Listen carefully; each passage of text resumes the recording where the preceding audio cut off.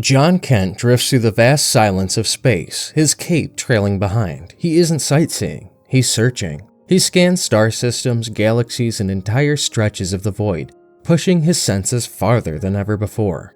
Every planet, every faint signal, every distant blip of cosmic energy gets checked, because he's looking for only one thing: Superman, his father. But no matter how far he goes, the result is always the same. Nothing. No trace. Just the cold emptiness of space answering back.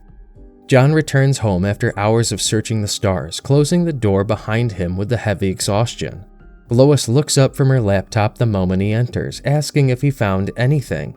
John grabs an apple, takes a bite, and admits he saw nothing, not even a hint of Superman despite scanning galaxies. Lois listens quietly as John suggests that his dad would have stayed if she had asked, but she gently shuts the idea down. Maybe, but I'd never ask. When John asks, why not? She explains that Clark was never hers alone, and she accepted that from day one. Before John can respond, he hears something, a knock at the door. He glances towards it, confused. That's weird. Lois then reminds him that he's the only one who can actually see through doors. She asks, who is it? When John opens the door, the last person he expects to see is standing there. Batman, framed in the doorway like a shadow that decided to knock instead of silently appear. John can't help blurting out his surprise that Batman actually knocks, and Bruce simply confirms it with a flat yes. John jokes that he expected him to appear in the kitchen or something. Lois chimes in from behind him, reminding Bruce that he did do that once. Batman admits he won't repeat that mistake, while Lois adds that the incident taught some very necessary lessons about privacy and boundaries. The mood shifts when Lois firmly tells him John isn't joining the Justice League. Batman clarifies, I'm not here for that, Lois. Not yet. John moves through the kitchen and asks Batman if he wants tea. Bruce, without hesitation, requests Earl Grey. Please, Earl Grey if you have it. John looks at him like that's a ridiculous question. Of course they have Earl Grey. It arrives every month without fail. He then uses his heat vision to warm water as casually as someone turning on a stove. Lois explains why. Alfred once arranged for it to be delivered to every possible home Batman might drop into. Bruce smiles, quietly admitting, I wasn't aware. Then he gets to the real reason he's here. He reaches into his belt saying, John, your father gave me a message for you. He hands John a crystalline shard, glowing, alien, unmistakably Kryptonian. John asks what it is, and Batman tells him it's a message from his father. One that can only be answered in one place, the Fortress of Solitude. Later, John rockets north, cutting through clouds and icy winds until the endless white of the Arctic spreads beneath him. As he descends, he spots something, a lone polar bear drifting on a thin, melting slab of ice. It barely has room to stand. John touches down gently, immediately noticing the fear in its eyes as it rears up and growls.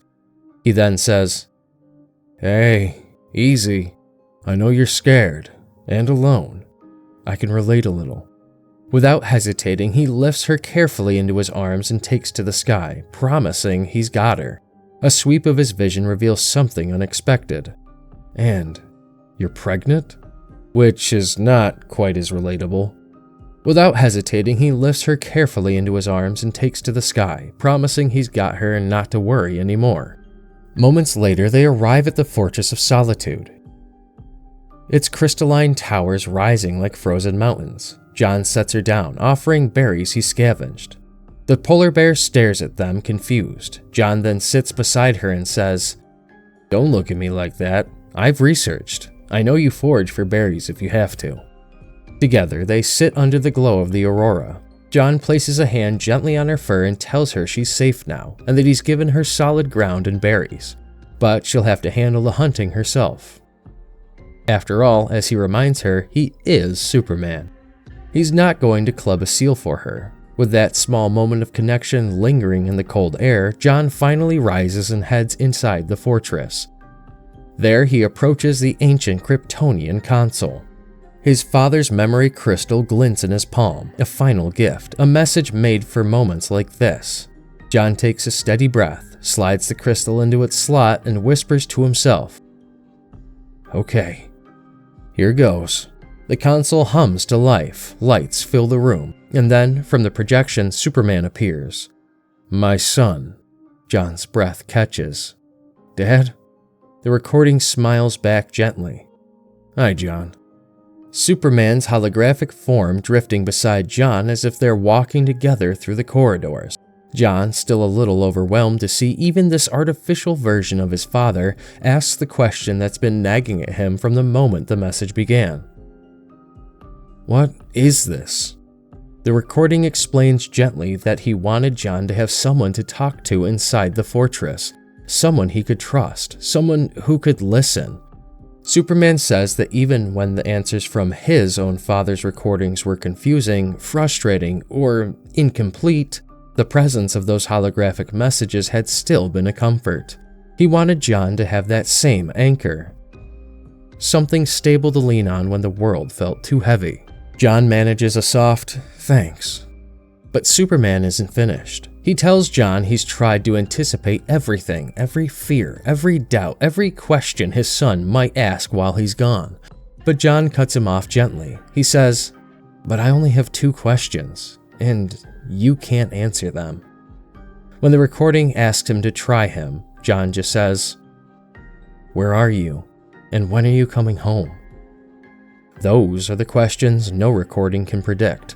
Superman pauses, and John already knows what's coming. The hologram tells him he's right that it's impossible for a pre-recorded message. "You're right. I can't answer those questions. I'm sorry." John tries to joke, saying, "I'm not gonna lie. I'm a little disappointed in you, artificially intelligent dad." John stays close to the hologram of his father as it drifts beside him. The two of them floating across the fortress. Even though Superman is only a memory now, John still feels as if he's standing next to the real thing. The recording asks him gently what's been happening. John doesn't hesitate. He blurts out the first thing that comes to mind.